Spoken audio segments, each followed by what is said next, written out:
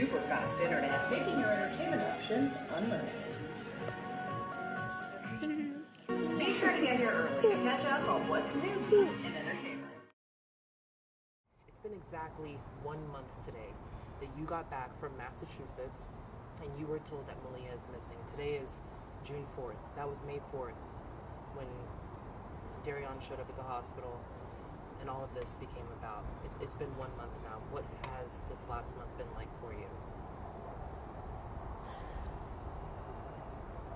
It's been really hard, you know, to have a child that's missing. I mean, I think the hardest part is not knowing, but also the hardest part is not being able to have been there for her during that time period.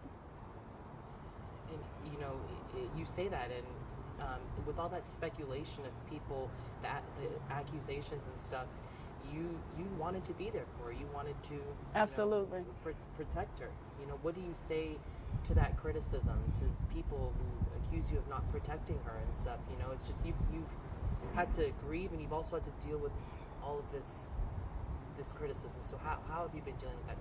How do you respond to that? You can take your time.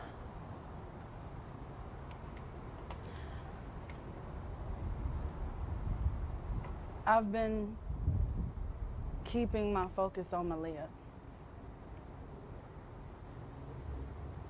Every day I think about Maleah.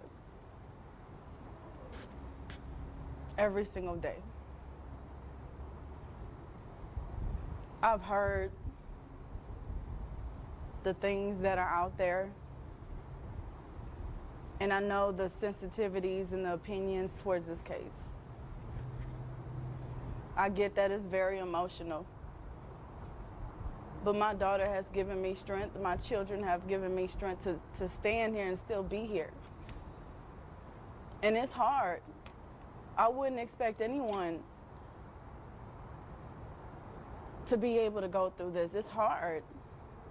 You know, I mean,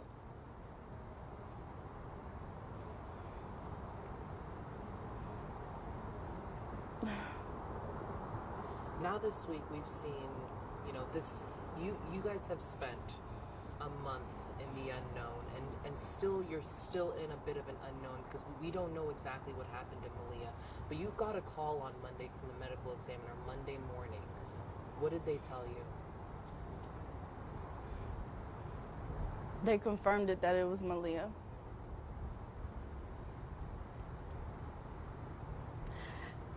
And I think at that moment, that's when reality hit. That it was her in that bag, sitting along the street. It's not fair. It's not fair at all. I just don't understand. I don't understand this. It's not fair. Because she didn't deserve that. It's so hard to understand, Brittany, and it's just, someone took your daughter, put her in a black trash bag, and dumped her hours from home in Arkansas while you were away. How has that sat with you, getting that confirmation? If you can even put it into words.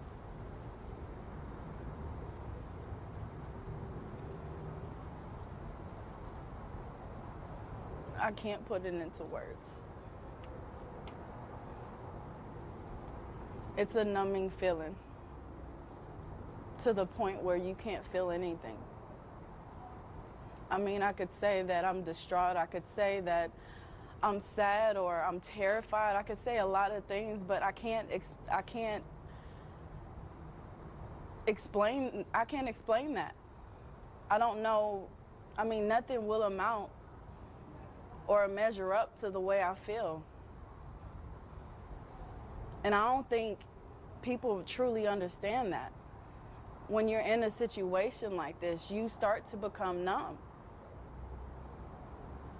And then what do you do when you can't feel? What do you do about that?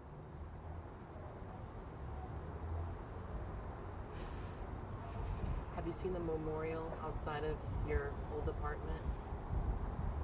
Yes, I have. When you see that memorial, what does that do to you?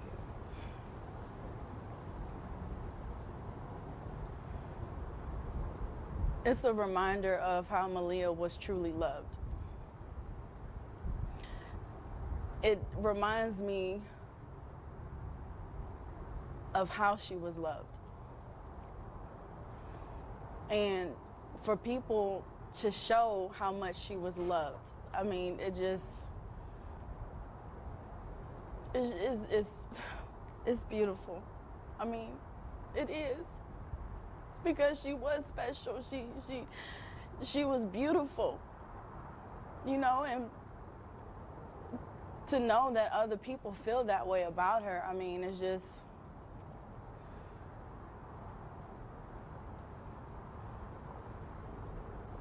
it's amazing. I mean, let's talk about the happier moments of, you know, your motherhood, the things you loved about Maleah, you know, the bond that you guys had. You know, why did you love being Maleah's mom? Why did I love being Maleah's mother? She was sent to me. She was mine. I had her. And we always had that bond. And I remember I used to tell her, Maleah, you know you're my favorite daughter. My only daughter. And I'm just glad that I was able to see her grow for 4 years. And I just wish I could have seen her longer.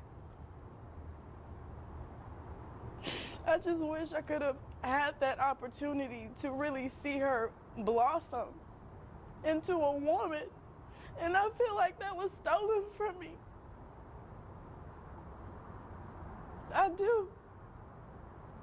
What do you want to see done about that? I want justice, the truth, not some narrative that was created by somebody else. I just want the truth of what happened. That's it. I just want the truth. You've gone through so much, the public scrutiny, and as I mentioned earlier, the accusations. And from the outside looking in, it didn't look like many, you know, the supporters were there. So what has gotten you through?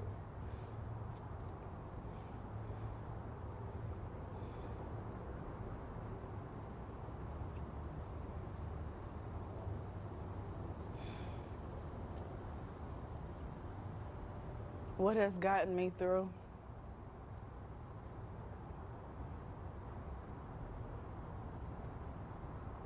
The past couple months, I've had to fight to get my children back. And no matter the circumstance, I'm not gonna stop fighting for my kids. Not even Maleah. Nobody has known what me and my family has gone through. It's the fight that's in me. I want to know what happened to Maleah. What we've been through in the past couple months. What I had to do as a mother to make sure that whatever my kids needed was met. Every need was met. It's that fight in me as a mother is what's keeping me going. And the support system that I do have. And although it may not be much, but it's a blessing to have. Do you wonder why sometimes you don't have that much support? I don't have time to worry about who's supporting me and who isn't, because that's not my focus. My focus is justice for my daughter and to find out the truth. That is my focus. What else do you want the world to know? Because the world is watching. The world has come to know Maleah's story, her face. They've come to know you. They've come to form opinions, and they've come to think what they want to think about you as Maleah's mother, what do you want them to know?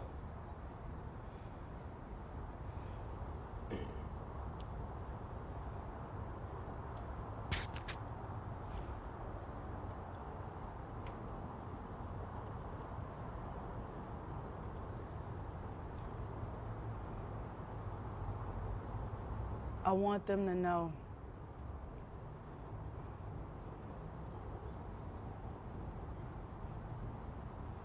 that I will not react or give energy into the criticism or the opinions of others. This is about my daughter. This isn't about anybody else. This is about Maleah. And it should never be about nobody else. She deserves that spotlight. And don't you take that away from her. Have you been around Maleah's belongings yet? Have you had to, gather them at all if you're comfortable? I know you said to me a couple of days ago, and I thought it was powerful, even though you thought it was weird. You said that, you smelled her clothes.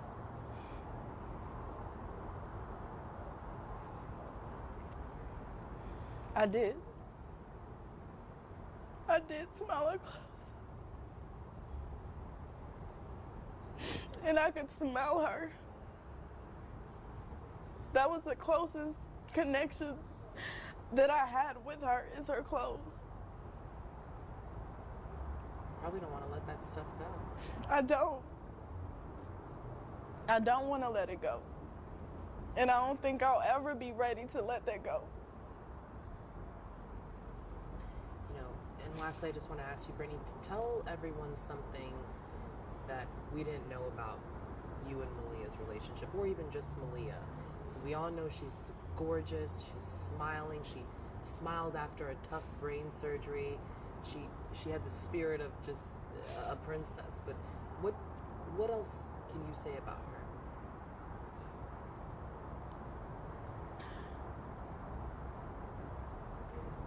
her? Maleah was very nurturing. I mean, very.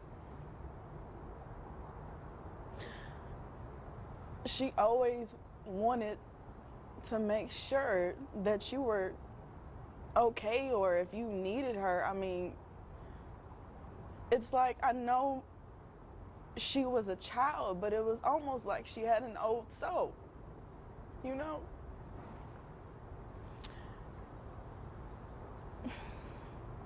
She was very resilient. She went through those surgeries and then she would bounce back every time. She had strength that sometimes I felt like I didn't have.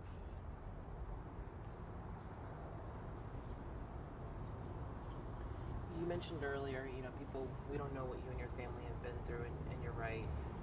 No one knows. That's your private life. But now that you and Maleah are in the spotlight, what can you say about your motherhood towards Maleah? My motherhood?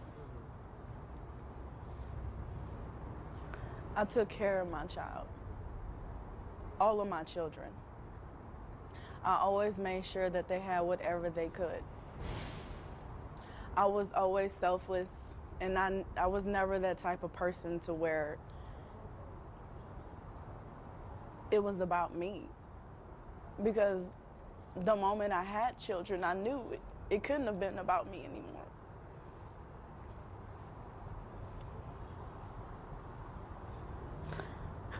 One thing is for sure, that every single day I made it a point to let my children know that I love them. I told them every day. Some children don't have that. And it gives me peace to know that my daughter knew before she left this earth that I loved her. And I will always love her. I make sure of that. Even with my sons, I tell them every day that I love them because that's the mother that I am. I'm very affectionate towards my children. They need to feel loved. I love when they're under me because I know I can oversee them. I think that's what, many people felt they needed to hear. And, looking at the situation, Maleah not being here now, Brittany, what do you feel may have went wrong? I don't know. I don't know. I don't know what went wrong. I don't know. Well, the investigation is ongoing, specifically about how Maleah Davis died. That is up to the medical examiner to determine. Meanwhile, we can see the memorial is still growing. It is still vibrant here as so many people still want to show their love for the little girl as investigators try to come to terms with exactly where they have to go next. What we long suspected, we now know. The medical examiner's office confirming that the remains found off exit 18 in rural Arkansas belonged to little Maleah Davis. The news today bringing out more mourners to the apartment she used to live. Her story resonates with so many. It's a child, number one. That's what touches so many people. And everybody's not perfect. Everybody makes mistakes. But it's an innocent child. There's not yet a cause of death, and for now, stepfather DERION Vence remains behind bars on the charge of tampering with a corpse, specifically Maleah's body. For Tim Miller of EquiSearch, the hardest part of all of this was bringing what was left of Maleah home to Houston on Friday night. We almost didn't want to let her go when we was taking her out of the airplane and giving her to the medical examiner. It was like, it's kind of hard letting her go. There has also been questions about the reward money. Tonight, Crime Stopper says it has not decided what to do with the $12,000 in rewards, and Houston Police tells us it's still deciding how to distribute its $15,000 reward money. Regardless, community activist Quanell X says he will not be claiming either portion. As for Miller, he says he just wants Maleah to finally rest in peace. We don't know how God works, but he does, and it was certainly a quiet ride back. Yes, so many people like this family right here just came to pay their respects to Maleah. We expect this to go on for quite some time as the community, the city, and really many parts of the country waits for answers to exactly what happened and waits to see if the stepfather, DERION Vence, will face additional charges. Just 3 months before DERION Vence was jailed in connection to his then stepdaughter's disappearance. Happy birthday to you. They shared precious moments like this. Birthday to Maleah. DERION Vence, holding Maleah Davis as their close family, celebrated another orbit around the sun for Maleah. She turned 4 years old. That was in February. Pictures given to us by Maleah's mother illustrate a loving relationship between Vence and Maleah, a man once described as a happy provider for his family. Investigators are now working to figure out what went wrong, especially on that first week of May.